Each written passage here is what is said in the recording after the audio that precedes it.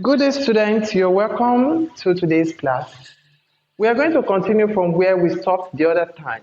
In the other class, I discussed or I gave you the summary of this poem or the subject matter of the poem by Segun Adekoya, Change, Change, Change. I gave you some important facts that you should know about the poem. Today we are going to be looking at some of the themes raised by the poet and the poetic devices in the poem. Now I've itemized some of the themes in the poem. The first one is the need to change corrupt practices. This one is not only from the part of the government, from all and sundry, from everybody. We have to change the way we behave, our corrupt practices. Everybody knows where he has done something bad except that person is waiting for somebody else to tell him. We all know our shortcomings. We know where we are not doing enough when we are not doing what we're expected to do. So we have to change the corrupt practices. It reflects on the part of the government and it reflects on also on the part of the governed. The next theme by the poet is that change must be positive, not negative.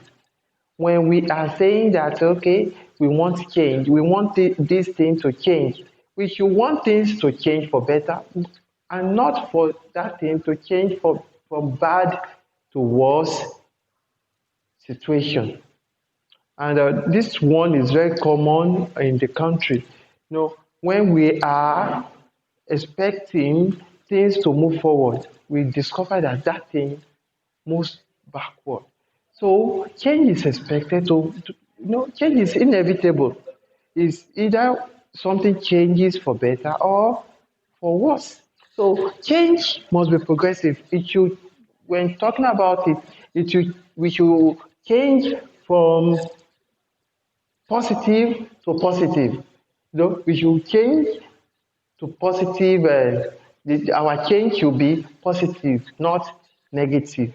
Another point or another theme raised by the poet is that we should have self-discipline.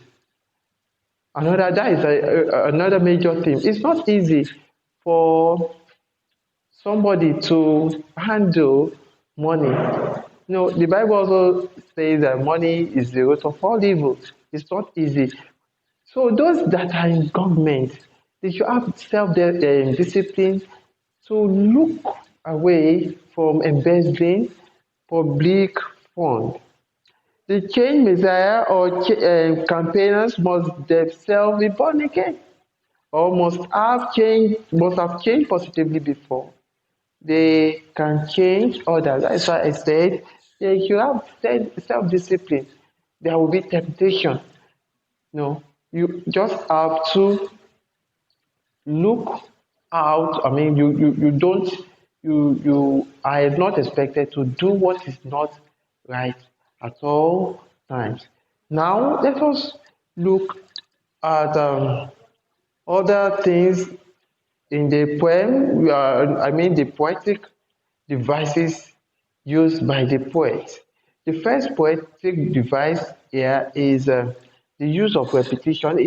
In fact, the use of this poetic device, repetition, is from the title. Change is repeated 3 times with exclamation mark. That means that the poet is trying to say that you cannot just do without it. You need to change, and check the exclamation marks there. 1 exclamation mark for the first, 2 exclamation marks for the second, and 3 exclamation marks for the third. This one is not right in English. You are not expected to write like this in English, but the poet wrote it intentionally so that those that are reading will take his words seriously. Now, that is the first one. In the poem, you can see, the use of the word change as a title. We have it in line 6, line 9, line 13, line 21, 25, 27, 29, 30, 32, 33, 34, 35, and 37. So if you are asked in your exam that what is the dominant poetic device used by Segun Adekoya in Change, the dominant poetic device in that poem is repetition, because Change dominates the entire poem. Now the next one is the use of symbolism. Symbolism. We have the use of symbolism in the poem. This is a representation of one thing for another. For instance, the two words driver and wealth. They use driver and wealth. The two words are referring to the government. The two words are referring to the government. So, the driver, what does the driver do? He drives the car. We have people, we have passengers with him. He's the most important person in the vehicle, whether you like it or not, because he's the one driving the people. Also, the wealth. We are talking about the resources, what we have, what we are empowered with, what national our national endowment.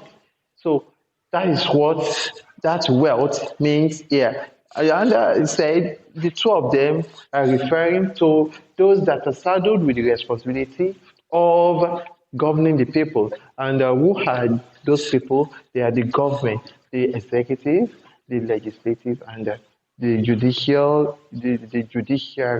The next one is the use of pun.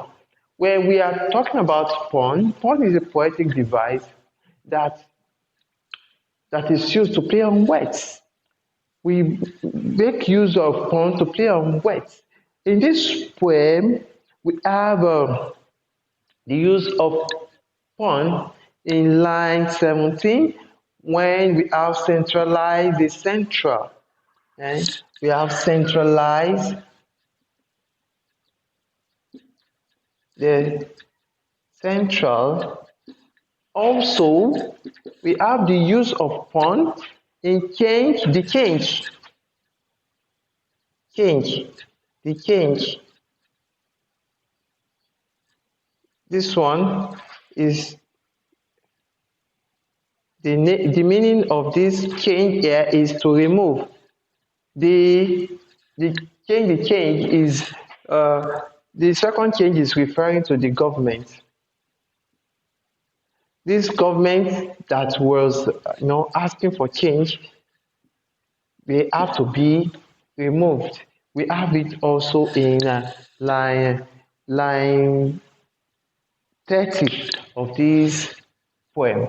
Now, so far we have been able to look at the poetic devices in the poem. I told you that some of these poetic devices need to change corrupt practices. That is an important theme by the poet. Another theme by the poet here is change must be positive.